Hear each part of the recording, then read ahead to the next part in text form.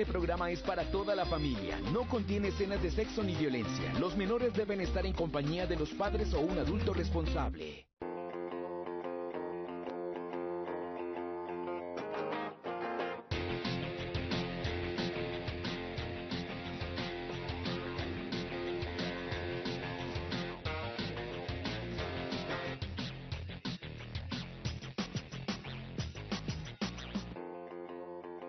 Hola, ¿qué tal? Muy buenos días y bienvenidos a esta última etapa del Tour de Francia, el Tour de los 100 años. Los saluda Daniel Angulo Orgeles y hoy en Señal Deportes también llegamos como la caravana multicolor a París. Por eso hemos querido entregarles nuevamente el documental y llegamos a París, que reúne los testimonios de todos aquellos que vibraron con los primeros momentos de Colombia en el Tour de Francia. Es la memoria del ciclismo colombiano y por eso vale la pena que nos emocionemos con nuestros héroes. Así comenzó la historia de Colombia en el Tour de Francia.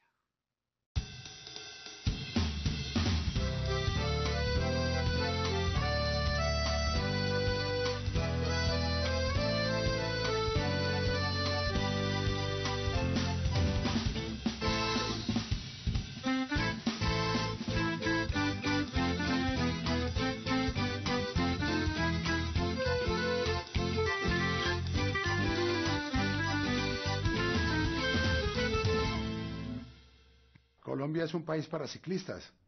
Si mi Dios hubiera hecho un país para ciclistas, no lo hubiera hecho tan perfecto como Colombia. Tiene todas las altitudes, todas las temperaturas, todos los bajadas, todas las subidas, todo. Es decir, el ciclista colombiano es nato. Paso vencedores de Alfonso Flores Ortiz, menudito, chiquitico, pero inmenso de corazón y qué fortalezas, manos al aire, abrazándose con el triunfo, abrazándose con la historia, flameando la bandera colombiana en territorio francés y Colombia gana el Tour del Avenir. Y es que no se podría esperar nada más de quienes nacieron en un país atravesado por 3 cordilleras, que además sirven de escuela natural a los ciclistas que a diario recorren sus caminos polvorientos. En 1980 los hijos de esta tierra le demostraron al mundo de qué están hechos los colombianos. Ganaron la principal carrera para ciclistas aficionados en el mundo, el Tour del Avenir, donde Alfonso Flores se vistió de gloria y de paso inició una de las más grandes epopeyas nacionales. En el Tour del Avenir, el show lo hicieron los colombianos con los rusos, los únicos que fueron capaces de quitarle a los rusos la hegemonía en la montaña fueron los colombianos. Entonces se nos abrió la puerta para luego, a partir del año 83, Colombia estar presente en el Tour de Francia, la competencia más grande del mundo. Pensar en un tour era una locura, porque era el club exclusivo de los grandes escaladores que en ese momento eran Van Impe, Arroyo, Fiñón. El atractivo del Tour de France, que estaba medio aburguesado, con los ciclistas profesionales, con su sindicato y tal, que la forma de revivir el Tour de France era poner a los colombianos con los rusos a luchar en la montaña y levantar el nivel. Nosotros éramos los primeros, pero en el concierto americano. Nos faltaba estrenarnos con un equipo colombiano en Europa. Sabíamos que el Tour era muy duro, demasiado duro por el kilometraje y por las carreras tan largas, las etapas tan largas. Es que son 20 días de carrera. Son casi 4.000 kilómetros. Es algo muy particular y que tiene un fondo muy especial, que es una fiesta. Esa es la Scala de Milán.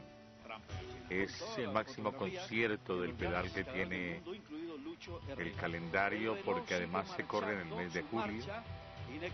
Ir al Tour de Francia es como cuando usted es abogado o es ingeniero y hace una maestría, que cada tour es una maestría. Porque todo el mundo y todo ciclista sueña en hacer esta carrera tan importante. Los campeones del Tour de Francia seguramente reposan en afiches en los cuartos de los diferentes ciclistas que aspiran un día a llegar a correrlo. Es la Sorbona. Los 4 hombres de punta planificaron muy bien la carrera.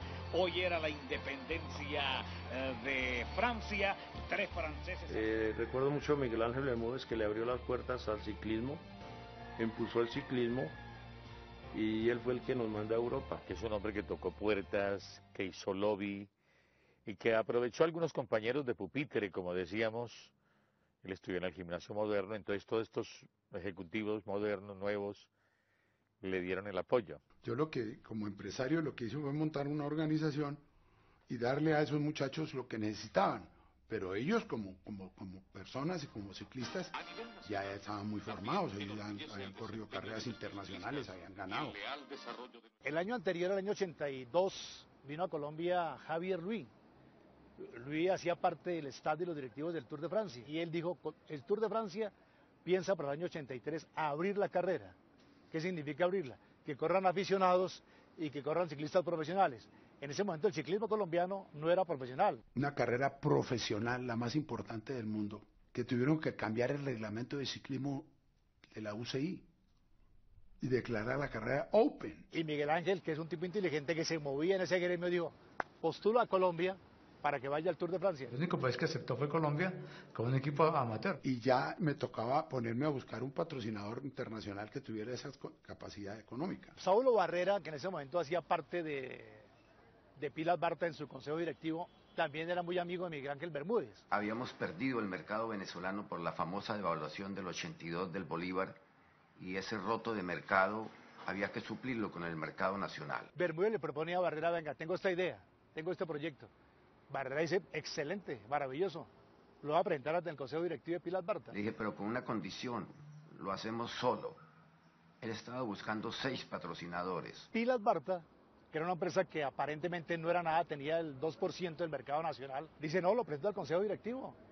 Colombia es un país potencial en el mundo del ciclismo y puede darnos buena publicidad. Presenté el proyecto de la Corporación Tour de France, una empresa para ir al Tour de France, una empresa solamente con ese objetivo. Y el camino para conseguir el patrocinio, el consejo directivo de Pilas Barta también lo aprobó. Y tomamos una decisión realmente muy interesante, muy importante, y fue poner todos los recursos que teníamos económicos para mercadeo, publicidad y promoción en una sola canasta, en el proyecto La Conquista de Europa. Entonces yo sabía que un reto de esto, después de ganar el Tour de l'Avenir, ir a ganar el Tour de Francia era imposible. Entonces le puse el nombre de La Gran Aventura, para que no me colgaran cuando llegara aquí, no me ahorcaran. El presupuesto que nos presentó Miguel Ángel en esa época era un presupuesto de 32 millones de pesos y la ejecución fue 125 millones de pesos.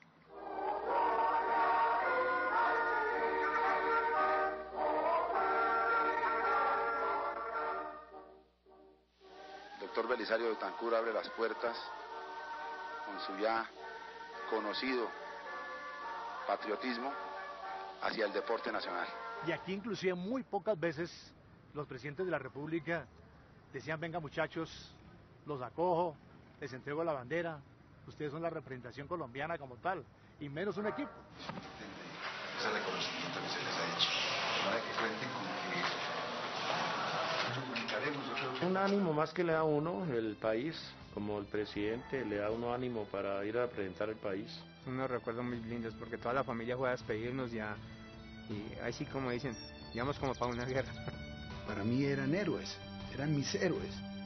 El equipo que viajó a la Gran Aventura lo integraron Alfonso Flores, Samuel Cabrera, Fabio Casas, Edgar el Condorito Corredor, José Patrocinio Jiménez, José Alfonso el Pollo López, Cristóbal Pérez, Abelardo Ríos, Julio Alberto Rubiano y Rafael Tolosa, bajo la dirección de Rubén Darío Gómez con Cochise Rodríguez y la asesoría del español Luis Ocaña, campeón del Tour de Francia en 1973. Se quería hacer un seleccionado nacional, el equipo que fuera a representar a Colombia en Francia, en el Tour, pero ya había un equipo que era como recoger lo mejor del país alrededor de la marca. Yo pensaba que lo importante era participar y abrir un camino para ir a Europa porque era lo máximo en el ciclismo, ¿no? Pues para nosotros era como una hazaña. Y que íbamos a dar el todo por el todo para hacer una buena actuación. Quienes fueron por primera vez no tenían ni idea de lo que iban a estar enfrentados. Nosotros estábamos en la parte de los Pirineos, hacía un poquito frío, pero la adaptación al clima y al terreno no fue tan difícil. Las complicaciones para ellos vinieron después, cuando dijeron qué van a comer, qué van a tomar. Ellos casi que quedaron enclaustrados, sometidos a diferentes tipos de comidas, porque no podían ni hablar el idioma, totalmente desconocido. Pues nosotros íbamos totalmente sin tener un curso de francés o de inglés, Tuvimos la ayuda de la asesoría de Luis Ocaña, que ya pues, había participado en varios tours con éxito y era conocedor del francés. Fue vital Luis Ocaña, que lo llevó a un hotel de concentración muy cerca donde él vivía, y la señora que atendía a los corredores colombianos fue como una mamá para ellos. También medio parlateaba el español y les colaboró muchísimo. Aquí nosotros, pues, papas, arroz y carne y sopa, era lo que comíamos. Se llevó comida, inclusive hubo un momento en que la papita boyacense y los corredores comían el caldito colombiano, el caldo con papa y con carnecita colombiana. A mí me tocaba hacer una sopa en el desayuno, como decimos la changua en Bogotá, una sopa para que los ciclistas salieran contentos. Allá sí verdaderamente se come como debe comer un deportista. Hubo corredores que bajaban perfectamente 3 y 4 kilos porque no comían. Y a señas, y ya algunos que conocían algo de francés nos ayudaban, y rápido fuimos aprendiendo lo más necesario, que era pedir que por favor la carne más asada, que era s'il vous plaît, le bien cuit. Prácticamente fuimos a aprender. En las primeras etapas, el terreno plano, la falta de experiencia y la extensión de los recorridos fueron los principales enemigos de los colombianos, que vivieron en carne propia la diferencia que hay entre ciclistas profesionales y aficionados. La pérdida de tiempo en cada etapa fue el común denominador en el equipo. La ilusión de nosotros no era ir a ganar el Tour de Francia porque habíamos hecho engañarnos. Siempre en la parte plana, los de aquí inmediatamente las primeras etapas los desconectaron, quedaron fuera del foco, no tenían mucha habilidad para rodar de un pelotón de 200 ciclistas en las calles, y en todo eso hubo muchas caídas. Llegaban a 5 minutos, estaban siempre en el fondo del paquete. Si había caídas, se las achacaban a los ciclistas colombianos por su inexperiencia. Nos faltaba un poco de técnica y de roce internacional. El pavé se hizo estragos en los ciclistas. En ese pavé eso fue un despelote muy berraco. El pavé es la palabra que más rápido aprendió el aficionado colombiano. Desde el año 51 a.C., cuando los romanos invadieron las Galias, los caminos que se crearon para unirse con Roma fueron cubiertos con piedras de río. Aún hoy existen este tipo de vías, principalmente al norte de Francia, en la frontera con Bélgica, y son utilizadas para el transporte de carros pesados.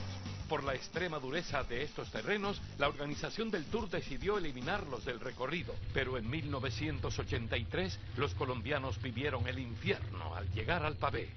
Muchos corredores de los nuestros al final de cosas terminaban con las manos ensangrentadas. Creo que inclusive las bicicletas que llevamos algunas se rompieron en el pavé. Yo no podía ni doblar los dedos, y así estábamos todos, pelados. Porque era una vibración que uno no estaba acostumbrado a esa vibración. Ya uno trataba de buscar más bien por fuera de la vía, a ver por dónde andaba, porque eran unas piedras como redondas y eso, maltratados. Ya no había tiempo de aprender en una etapa, muchos, como el caso que me pasó a mí, quedamos eliminados. Al otro día bajamos al comedor, los 10 colombianos estábamos en la mesa así, y volteé yo a mirar a la otra mesa y habían como que los suizos, y hay uno que casi no podía ni mandar la cuchara a la boca. Entonces yo le dije a mi tocayo, mire, nosotros estamos vivos, mire estos, y nos soltamos la risa todos de ver esos manes, estaban más muertos que nosotros, y no, ¿me entiende? Todos nosotros, pues se nos dio la moral, ¿no? Además de su valentía y coraje en las carreteras, los colombianos también mostraron nuestra idiosincrasia en Europa. Con ellos viajó nuestra cultura, representada en uno de los más populares alimentos, la panela. Y los europeos decían que era que nosotros le echábamos ladrillo al agua para tomar, que eso era lo que nos daba fuerza para subir. Entonces, los rusos, por ejemplo, colombiano, panela, para mí, panela. Entonces ya les pegan panela porque creían que era el doping de los colombianos. También me pidieron alguna vez que consiguiera un pedazo de panela, ¿sí? Y de los serpos, famosos, las galletas esas que tienen guayabo y arequipe, que los médicos querían ver qué era lo que comían los colombianos. Piñón era el que le gustaba chancear, le decía que nosotros andamos era con cocaína. Entonces nosotros sacábamos un bocadillo y le decíamos, mire, esta es la cocaína que utilizamos.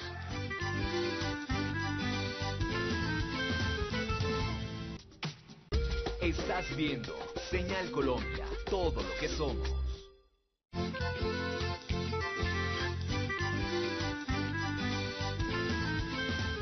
Nosotros íbamos convencidos de que en la montaña íbamos a acabar con todos, incluso íbamos a desbaratar y que los colombianos en la montaña nadie los iba a ver. La ilusión fundamental era ganar los puertos de montaña.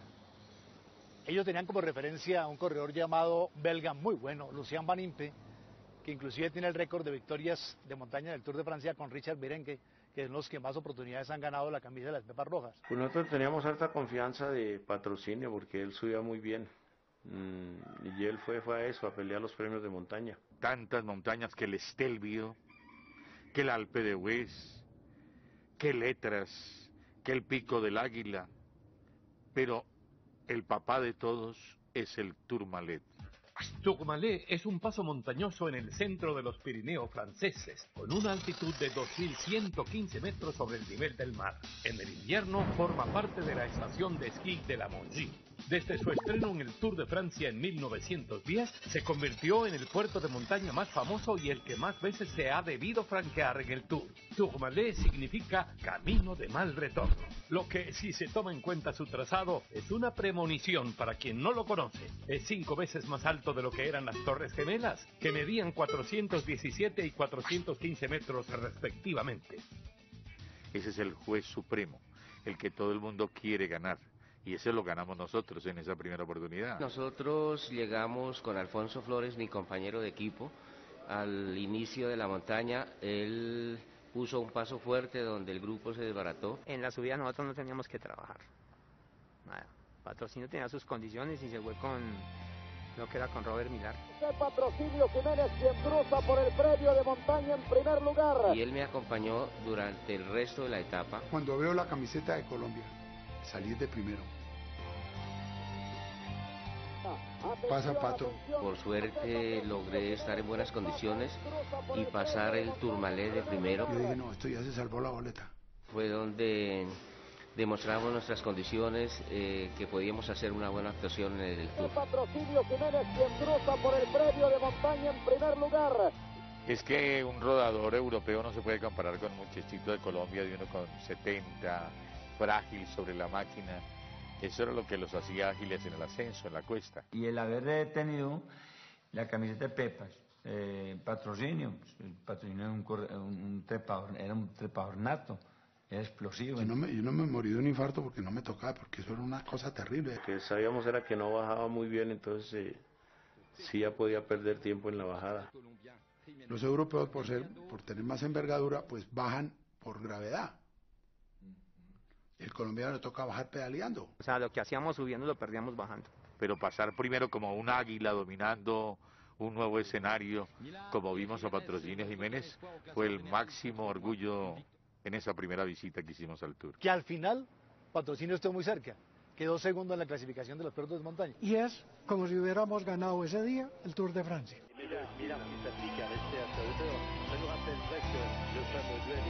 Solo 5 de los 10 colombianos que fueron a Francia terminaron el Tour del 83 bajo la admiración por su tenacidad en la montaña. Muchos europeos presintieron que la historia del Tour cambiaría para siempre con la presencia de nuestros escarabajos. Cada pedazo que daba era con amor, con berraquera.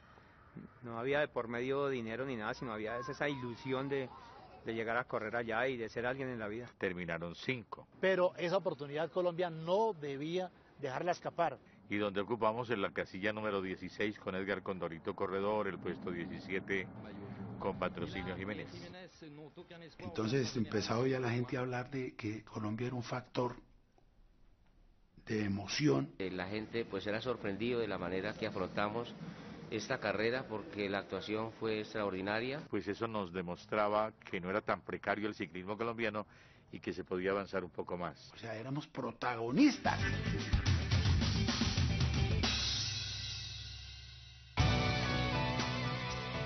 Para el Tour del 84, las expectativas se centraban en mejorar los resultados del 83, aprovechando que el pavé no figuraba en ninguna de las etapas y que 5 de ellas terminaban en montaña. Esta vez Colombia iría con ciclistas que buscaban un mejor futuro en equipos extranjeros. Y como líder del Pilas Barta, el mejor ciclista de Colombia ese año. Entonces ya en el 84, entonces venía el tema de que teníamos aquí un escalador de unos quilates grandísimos. Había que traer a Lucho y Lucho costaba un dinero importante y se fueron valorizando los ciclistas mundialmente. Lucho Herrera en el año 83 había sido subcampeón de la Vuelta a Colombia en bicicleta y debería haber sido convocado a esa selección para asistir a ese Tour de Francia. Estaba muy joven por la edad, yo creo. ya tenía creo que 22 años. Yo fui a Fusagasugá, hablé con los papás. En el 84 ya me llamaron y ya pude estar. Él vino a Bogotá, habló con Saulo lo reforzó y nos fuimos con Lucho. Todo influía, era en bien de Lucho, o sea, si Lucho no andaba, nadie más andaba. Era un atractivo porque la gente sabía que Lucho era un gran escalador, pues un escalador nato. En el prólogo, los colombianos perdieron tiempo, que fue aumentando durante las etapas en terreno plano, donde los pinchazos y las caídas mermaron al equipo. La orden era mantenerse a la rueda de los europeos y no desfallecer para mantener la ilusión de lucirse en la etapa del 9 de julio.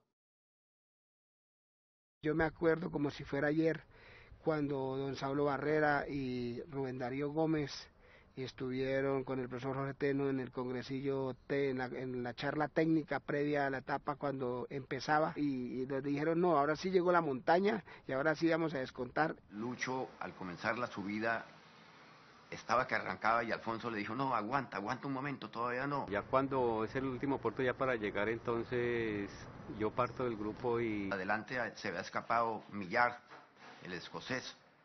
Cuando Lucho arrancó como una motocicleta. Il est passé 2 fois à côté de la victoire d'étape et les reporters colombiens prétendent que son heure est arrivée.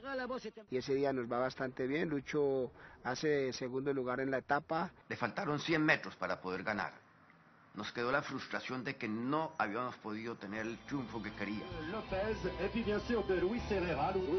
Pero vino a los 4 o 5 días la famosa etapa de Alpes d'Huez. Desde por la mañana sabíamos que el Tour de Francia tenía una etapa de alta montaña y que Alpes d'Huez era una cita mítica de los franceses. El Alpe d'Huez en los Alpes franceses tiene 1850 metros de altura y hace parte de una histórica estación de esquí que funciona desde 1930.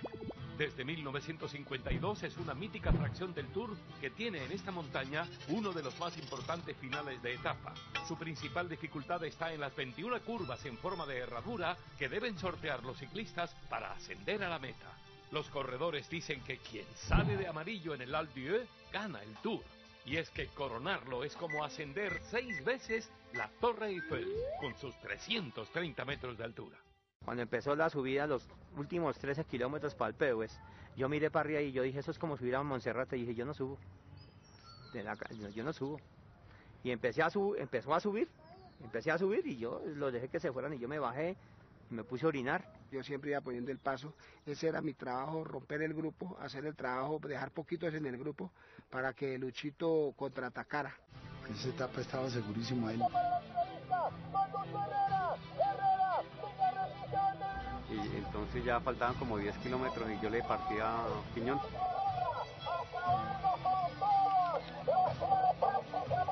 Lucho se para en los pedales y sale y Piñón no es capaz de seguirlo y empezamos a verlo. Cómo subía Herrera con esa facilidad que subía Herrera, mientras que no sufría un poco más sobre la máquina.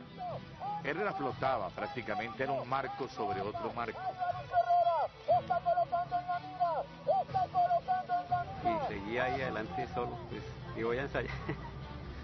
Y ahí fue donde me fui casi hasta el final, ¿no?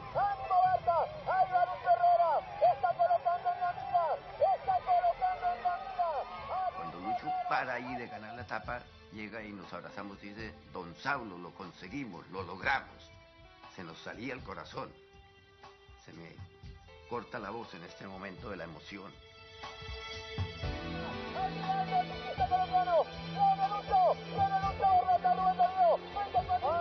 Los periodistas franceses alcanzaron a titular: ha llegado el divino hijo de la montaña, un hombre que cuando sube parece que está bajando.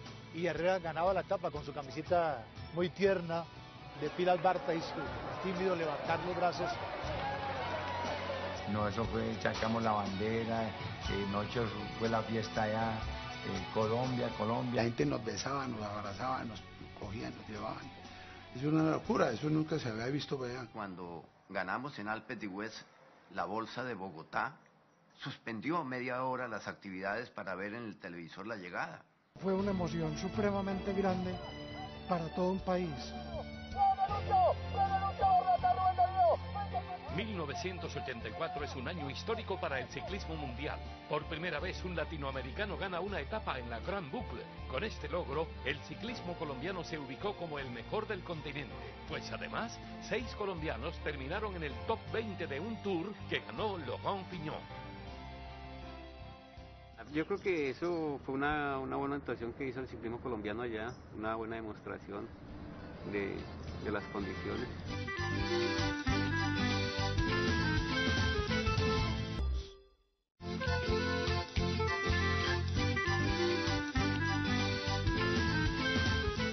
Se tomó la decisión de hacer un equipo profesional, por lo que había ya estado en el 83 y en el 84. Tenía que ser a otro nivel, ¿no? Ya usted, después de que ha corrido 3 Tours de Francia, pues ya es profesional. Y ahí hubo la gran acierto de poder convencer a Café de Colombia que llegara a nosotros. Y había pues como una igualdad, ¿no? Porque digamos a los europeos no les gustaba que digamos que los amateurs corrieran amateur con ellos, ¿no?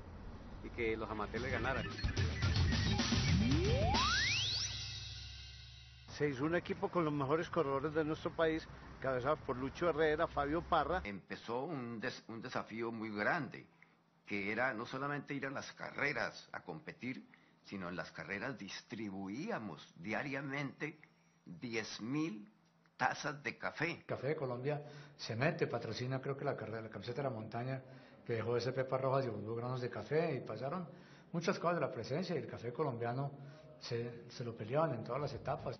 En 1933, la organización del Tour decidió recompensar con puntos a aquellos ciclistas que alcanzaran la cima de ciertas montañas, y para esto se marcaron algunas metas parciales. El ciclista que al final de la carrera sumara más puntos sería nombrado Rey de la Montaña. En 1975 se introdujo la camiseta con pepas rojas para distinguir al mejor escalador. Las montañas se dividen en categorías según su inclinación y longitud, pero las más difíciles de escalar son consideradas como premios fuera de categoría. El objetivo que teníamos para el Tour del 85 era buscar la montaña con Lucho Herrera y de pronto un triunfo en etapa.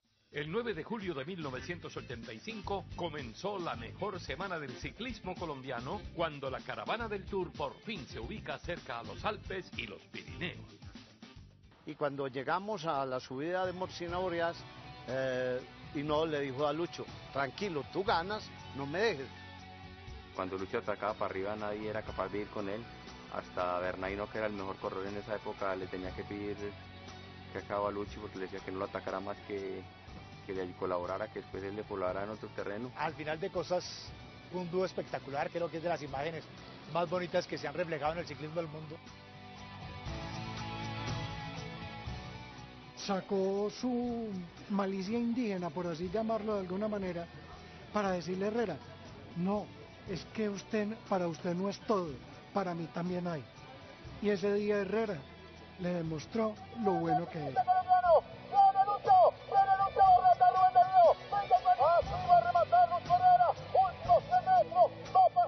El Larbercours fue una etapa hasta muy bonita, porque faltando los últimos 6-7 kilómetros... Yo parto, saco una diferencia. El colombiano se levantó la máquina, va a remontar el de Colombia.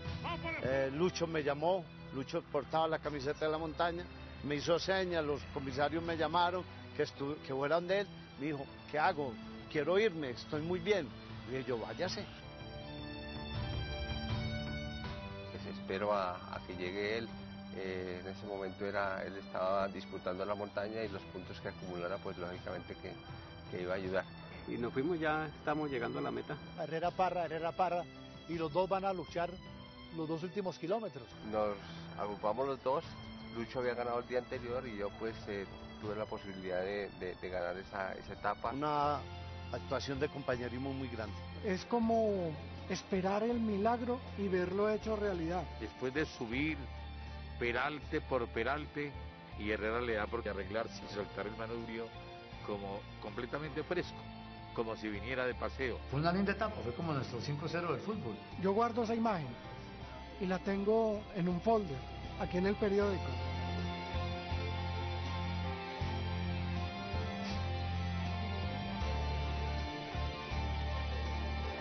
Eso es emociones. ¿Cómo lo viviste? radial. Fue muy...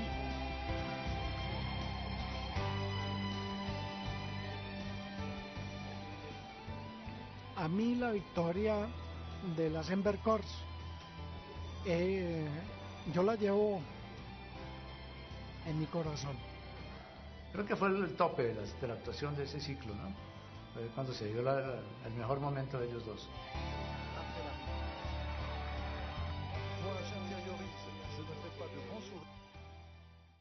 El 13 de julio del 85 se corre la etapa 14 del Tour entre Autrans y Saint-Étienne con 179 kilómetros, trayecto conocido como de media montaña, pero con un premio de primera categoría, el Col de Lyon, de 1.240 metros sobre el nivel del mar, que es como subir 2 veces a la torre Tokyo Sky Tree, de 634 metros de altura. Además, con puerto de montaña en el Alto de la Cruz, a 20 kilómetros de la meta. A medida que iban las etapas, Lucho se fue acomodando en la montaña y ya nadie le luchaba. El Lucho se fue en su fuga y de para arriba y que vaya con los que era y tal luego. Y ya cuando me faltaban como 4 kilómetros para llegar, que me caí en una curva, me acuerdo que la bicicleta se me subió así pues, como hacia arriba y yo me fui así. Pero además se para el piso, vuelve, toma la máquina, se olvida de que tiene sangre en el rostro. Y me toqué por acá y entonces ya miré así, me ha roto por acá. Demostró la sangre de torero que tenía, porque se envalentonó más cuando vio la sangre. Parti seul au 117e kilomètre, le Colombien franchit la ligne d'arrivée avec 47 secondes d'avance. Yo miré para todos lados y nadie me vio, entonces me subí rápido otra vez. Uno siente mucha emoción porque realmente esos muchachos tienen inferioridad de condiciones, a pesar de todo. ¿Sí? Cuando yo voy pedaleando y todo, que la bicicleta hasta me quedó como dañada, pero yo dije, yo no me puedo bajar acá porque ya vienen, yo sabía que ellos bajaban muy duro, muy rápido. Pone un ingrediente dramático increíble porque la sangre es muy escandalosa, así, las fotos, ¿sí? Y gana la etapa, ese día frente a Bernard Hinault. Es como si 2 gladiadores se hubieran enfrentado ese día. Los 2 llegaron sangrantes a la meta, caídos, raspados, chorreando sangre. Y por esas cosas del destino terminan los 2 subiendo al mismo carro para ir a la misma clínica después de cumplida la etapa. Yo me acuerdo que titulé La Bomba H en el periódico, si no me equivoco, que era Hinault y Herrera. Sí, la bomba H que había estallado el Tour. De cette 14e étape, c'est le vainqueur, le Colombien Luis Herrera, qui tombe dans une descente à quelques kilomètres de l'arrivée. Nos fue mucho mejor de lo que nosotros teníamos planteado, lo que habíamos estudiado, porque se ganaron 3 etapas, 2 con Lucho Herrera, una con Fabio Parra. Se ganó la montaña, que era lo que buscábamos con Lucho Herrera. Y que se ve que un colombiano sube al podio, no solamente con la camisa de las pepas rojas como campeón de montaña, sino también con la camisa blanca, que identifica a los corredores jóvenes del Tour de Francia. Contaban cómo estaba aquí la gente feliz, escuchaban la radio desde las 3 de la mañana. Prácticamente de ahí en adelante marcó, digamos, el cambio a otra época del ciclismo colombiano. Y empecé a entender de qué somos capaces nosotros. Pero nos falta ropita. Hay que invertir. Hay que creer en la gente.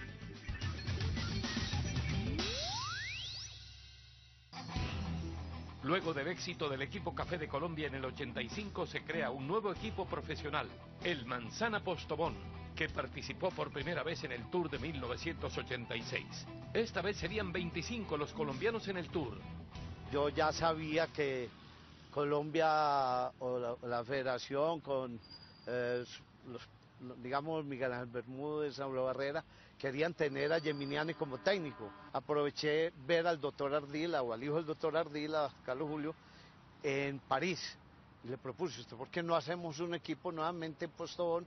Ya que yo había trabajado con ellos antes en Frescola. Parecía mentira despertarse uno y estar en medio de los mejores del mundo. Se dividieron los corredores, o sea, en el equipo Café de Colombia Barta quedó una parte del equipo y otros se fueron para Manzana Postobón. Rafael Emilian era un técnico francés que la idea de él era aprovechar el conocimiento, un poco la experiencia, tener la posibilidad de conocer más aspectos diferentes al ciclismo de Francia. Tuvo aquí un ciclo de un año que no fue muy fructífero, dado a que ese año cambiaron los reglamentos del Tour. Es que el ciclismo uno no lo entiende ni lo comprende, yo creo que todos los días cambia. Nos cambiaron hasta la alimentación. Postobón no tenía, como decir, 2 frentes para mandar a la Vuelta a España uno, al Tour de Francia otro, sino que el mismo frente hicimos todo y ya llegamos prácticamente pues podría decir yo, cansados al Tour de Francia. Eran dos equipos prácticamente partidos, dos selecciones colombianas partidas en dos. Tuvimos problemas en la contrarreloj por equipos, hubo una caída masiva, cambiaron el reglamento, nos pasó de todo, ¿no?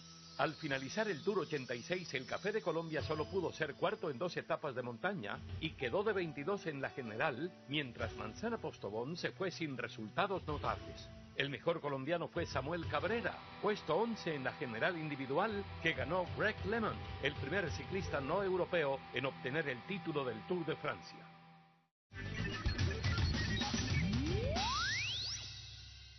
Pero ya volvemos en el 87 con otra mentalidad, con otro técnico, con otra estrategia. Va a Cadena con la ilusión de lucirse en un Tour de Francia y lo consigue. Pues no elige al entrenador, eso yo hablará con Lucho.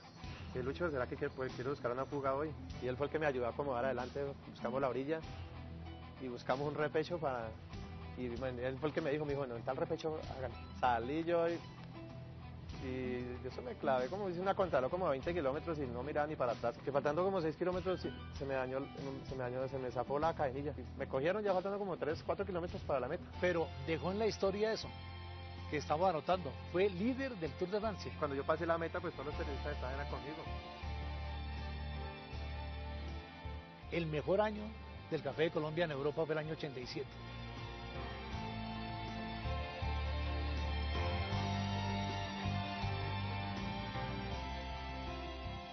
Parra hace el tour completo tanto ahí y Herrera hace los highlights que le tocaban de la montaña y diría que eso era. Estamos mentalizados, bien preparados y nos salieron las cosas bien, no tuvimos caídas, dificultades. Creo que fue el tour más largo de la historia y uno de los tours más duros. Herrera fue segundo en 2 etapas.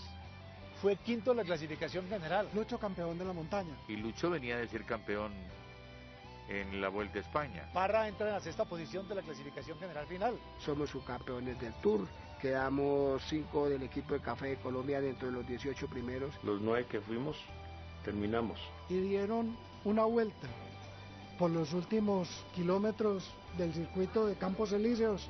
La gente se quería morir de la emoción.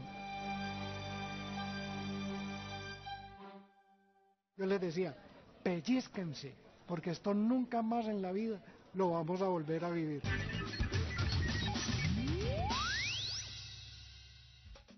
El equipo Kelme de España, que buscaba una buena participación en el Tour del 88, fichó a 3 colombianos, entre ellos a Fabio Enrique Parra. Rafael Carrasco pues vio en mí de pronto un corredor que me defendía bien en el terreno llano y que de pronto llegaba a ser, digamos, más completo de cara a obtener un triunfo en las grandes carreras. Fue un acierto espectacular cuando Carrasco lo ficha para el Kelme. Los colombianos nos alegramos porque ya Colombia comenzaba a exportar realmente corredores de gran prestigio. Yo recuerdo cuando Parra atacó, la subida que atacó, se fue, hizo muy bien la bajada. Carrasco jugaba la carrera con un corredor, parta usted. Yo tenía que perseguir porque él estaba cerca de Pedro Delgado, que era mi jefe de filas. Y remataba con el indicado para ganar ese día. Entonces yo tuve que perseguir fuerte. Tal como aconteció en Morcín, que Fabio Parra era indicado para ganar en los últimos 7 kilómetros. Gran parte de la victoria, aparte de la condición de Parra, se le debe al planteamiento del técnico Rafael Carrasco. Mis resultados a nivel deportivo fueron excelentes. Y que él sabía que con Rux y con Perico Delgado perfectamente les podía ganar. Pero entonces Carrasco le decía, no, quédese ahí que está bien. Nosotros con tercero en la clasificación general individual, con eso estamos más que satisfechos. Pues era una alegría grande para el ciclismo colombiano tener a un colombiano ahí en el tercer puesto del Tour de Francia, ¿cierto? Igual pues la gente esperaría que fuera campeón, pero para los que estuvimos ahí fue grandísimo. Parra tuvo que haber sido el campeón del Tour, porque el campeón fue Perico Delgado. Resulta que Perico Delgado salió positivo. Y posteriormente Steven Rux, el corredor holandés, que fue segundo, también salió positivo. Y Parra, que era tercero, que fue limpio en los controles que le hicieron, debería haber sido el campeón declarado de ese Tour de Francia. Esa generación llegó a su ciclo de rendimiento, ¿sí? Y como le digo, había que construir otro tipo de ciclistas, ¿sí? Uno no puede ir al Tour de Francia sin hombres excepcionales como Herrera o Parra. Yo doy por hecho que fui ciclista gracias a esos ídolos que tuvimos en los 80. El patrocinio Jiménez cruza por el premio de montaña. El amarillo, el azul y el rojo. ¡Mejor Lucho! Estás viendo Señal Colombia, todo lo que somos.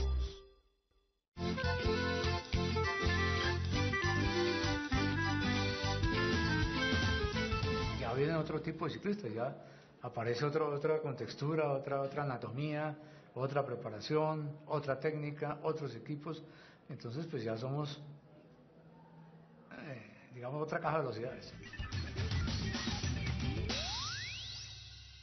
Santiago era ya un atleta atípico a lo que éramos nosotros los ciclistas. Un hombre de 1,78 de estatura, de 75 kilos de peso, que en peso forma estaba en 72 kilos, que era muy fuerte, que era un bárbaro, moviendo relaciones que difícilmente otro corredor colombiano movía en el llano. Era el contrarrelojista número 1, pero fue un corredor que se formó en Europa. Empezó tarde en el ciclismo, llegó tarde al Tour, y a pesar de haber llegado tarde, llegó con un bagaje muy importante que le dejó el ciclomontañismo. Pero esa fuerza que tenía lo hizo sobresalir sin tener un equipo de trabajo pues dedicado a él, como hubiese sido, por ejemplo, tener una selección Colombia arropando a Santiago Botero.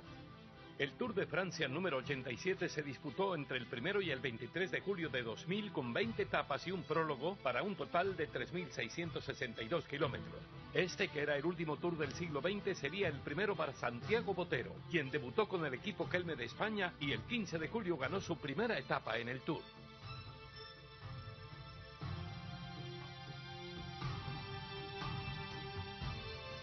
Fue rey de la montaña en su debut. Y teniendo como rival a Richard Virenque, que ya se había ganado en 4 ocasiones esa camisa. Pero no tenía la responsabilidad de ser un capo de escuadra de su equipo, sino que iba de peón, le salieron las cosas demasiado bien y era un gran corredor. Y al final terminó haciendo muy buen tour, terminó escalando posiciones, cogiendo fugas, ganando una etapa de alta montaña en Briançon y ganando la clasificación por equipos.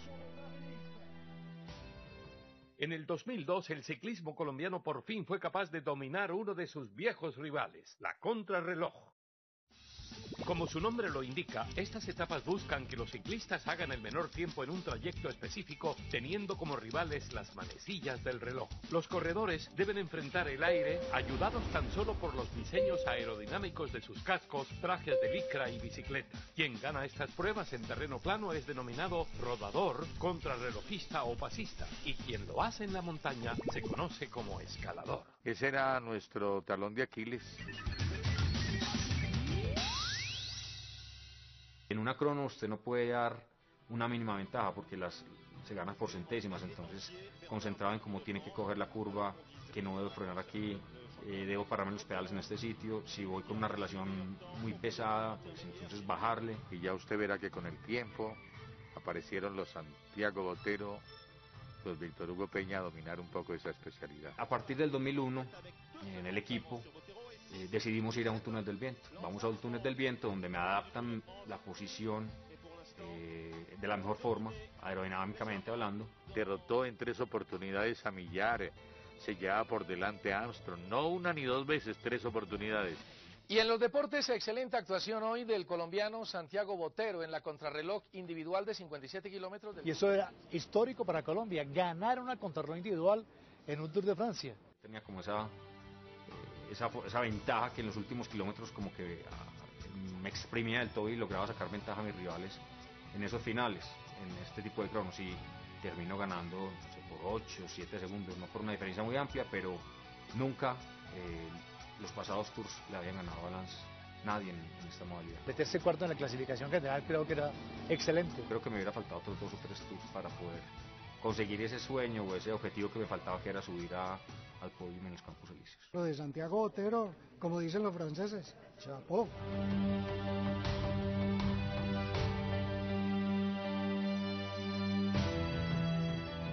Para el Tour de 2003 y tras pasar por varios equipos nacionales y extranjeros, Víctor Hugo Peña sería fichado por el equipo más importante de su época.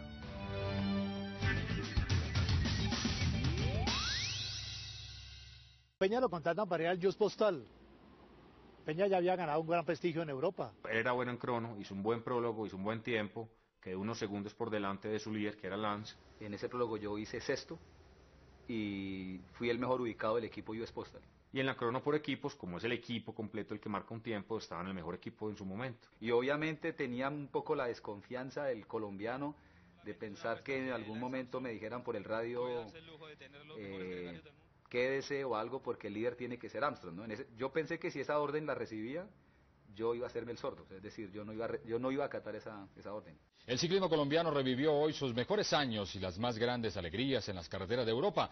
Una brillante y esperada exhibición del equipo Vives Postal en los 69 kilómetros de la etapa al cronómetro le permitió a Peña asumir el comando de la prueba con un segundo de ventaja sobre Lance Armstrong. Peña hizo historia, porque en la raya de sentencia se convierte en el primer colombiano en vestirse de líder con el maillot amarillo, ese que distingue a los titanes de la Gran Boucle. Cuando nosotros ganamos yo era el mejor ubicado del equipo y por ende pues iba a ser el mejor clasificado, por esto fui el líder del Tour. La idea de la camiseta amarilla surgió en 1919 cuando Henri Desgrange, fundador del Tour de Francia, decidió que la llevara el corredor que acumulara menos tiempo que los demás en las etapas. El amarillo le rinde homenaje al color de las páginas del periódico Lotto, que para aumentar sus ventas se inventó el Tour de Francia en 1903. Más tarde este periódico pasaría a llamarse L'Équipe, uno de los diarios deportivos más influyentes del mundo. Pues era imposible que le dieran la oportunidad de ver si él ganaba, pues era un equipo de Lance para Lance por Lance, entonces era muy complicado. El que yo hubiese quedado por delante de Lance en ese prólogo, ya eso se salió de los planes. Un colombiano con la camisa amarilla y más durante 3 días con esa camiseta amarilla era una gloria para el ciclismo, a pesar de que todos sabíamos que en cualquier momento lo iba a perder. El éxito del santanderiano continúa registrándose por la televisión mundial, pero el batallador colombiano también es consciente de sus capacidades y considera que aún tiene un rato más para vestir ese amarillo imponente de la Gran Boucle. Peña había sido contratado para ser gregario de Astro. Y en la carrera, pues obviamente no me iban a colocar a mí a trabajar para Lance, porque pues yo era el líder del Tour. Faltaban como 25 kilómetros y todos los compañeros, ninguno tenía agua. Pero yo no me sentía con la autoridad de mandar a alguno de mis compañeros de trabajo, pues de gregarios, a decirles que me trajeran agua. En el ciclismo tenemos que darle mucha importancia al gregario, al trabajador. A un capo se le ayuda en el plan para llevarlo bien ahí, que vaya fresco para que llegue a la cuesta bien. Protegerlo del aire. El gregario es alguien que se sacrifica pero que no aparece en la foto al final. Alcanzarle líquido, comidita, mantenerlo como en nevera. Es un trabajo que tiene que ser muy hecho de adentro. Lo anecdótico de la jornada fue como Víctor Hugo Peña no pierde su labor de gregario y reparte caramañolas a sus compañeros. Al final bajé yo mismo al carro por el agua mía, pero pues aproveché para coger el agua de mis compañeros. Y creo que para muchos fue un don de humildad el que Peña hubiera hecho, siendo líder del Tour y repartiéndole caramañolas a su líder. Es decir, no fue un sacrificio ni un gran esfuerzo para mí hacerlo. Si uno como líder asume la función del gregario y a la vez quiere ganar, eso es imposible. Víctor Hugo Peña y a través de él, Colombia, gracias a su liderato en el Tour de Francia, hoy se dio el mejor regalo de cumpleaños.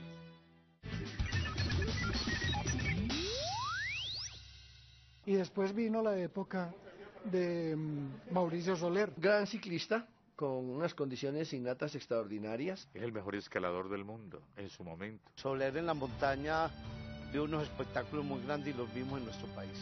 Faltando 4 días para que termine el Tour, el pedalista de Boyacá hace historia en su primera participación en la mítica carrera francesa, coronándose campeón de la montaña. Y se estaba convirtiendo en una figura del ciclismo mundial. Dueño de la camiseta de los claveles rojos, como decía don Alberto Piedrahita Pacheco. El haber sido campeón de la montaña del Tour de Francia y el haber ganado una etapa magistral en Briançon con el presidente de entonces de Francia a sus espaldas, acompañándolo. Pero la fatalidad siempre lo acompañó. El 16 de junio de 2011 los deseos de salud y un poco de suerte que días antes había publicado Soler en su perfil del equipo Movistar fueron interrumpidos cuando un bache en el asfalto se le atravesó a su destino en la 6ª etapa de la Vuelta a Suiza. Un accidente que no acabó con su vida, pero que lo alejó para siempre de su pasión. Yo lamento profundamente el accidente de Mauricio Soler en Vuelta a Suiza, que finalmente acabó con su carrera deportiva. Iba a comenzar apenas a explotar todas sus condiciones físicas y mentales, porque se necesita de una gran madurez también psicológica para afrontar el ciclismo profesional. El piso era su mejor amigo y se convirtió en el mejor enemigo. Creo que eso hace de un corredor ciclista aún más fuerte, tener que soportar que pudo ser el mejor, pero la vida lo hizo a un lado. Y gracias a Dios al final se recuperó para la vida. mandó para la bicicleta. Bueno, ya dejó inscrito su nombre en la historia del ciclismo colombiano, y muy alto. Pero Dios no deja solo a sus angelitos y lo dotó de una excelente mujer, que es como un ángel de la guarda al lado de él, y es la que lo acompaña a una edad tan joven y fuera de las carreteras, cuando podía haberlo ganado todo. Tenía el biotipo exacto del escalador Mauricio Soler. Quisiera ser un poco de cada uno de ellos porque fueron hombres bastante fuertes y que nos dejaron en alto el nombre de nuestro país. Estar en Europa compitiendo en una carrera tan importante, yo sabía que eso era para toda la historia. Eso era algo pues que estaban pues haciendo algo que, es decir, haciendo sudar la bandera de la patria y tal, y era verdad. Gracias a la calidad tan espectacular de los ciclistas y a la organización y al respaldo que se tenía y al público y al país que respiraba por los poros del equipo. Yo confío plenamente en que Colombia va a volver al podio del Tour. Ya no nos intimida tanto la primera carrera del mundo. Lo que pasa es que necesitamos el billete, el patrocinador. El ciclista siempre ha sido bueno. La raza está ahí. De otra manera, tendremos que ver a nuestros ciclistas de subalternos, de gregarios, y esperando que el jefe, el capo, de pronto le dé una oportunidad. El material humano existe. Ese es mi último mensaje. La fortaleza en las piernas de todos aquellos colombianos que han corrido por carreteras francesas puso un poco de nuestro país frente a los ojos de todos. Fuimos héroes cuando Lucho sangraba, o los mejores amigos cuando Parra fue tercero. Nos sentimos líderes y amos del ciclismo cuando Víctor Hugo se vistió de amarillo, el color más grande de nuestra bandera y el que nos lleva a la felicidad. 30 años de pepas rojas en Francia al mando de Lucho, Botero y Soler, llevando la marca de nuestra tierra. 30 años de mostrarle al mundo nuestra raza, nuestra estirpe campesina y la tenacidad que solo los escarabajos tienen cuando se enfrentan a la montaña.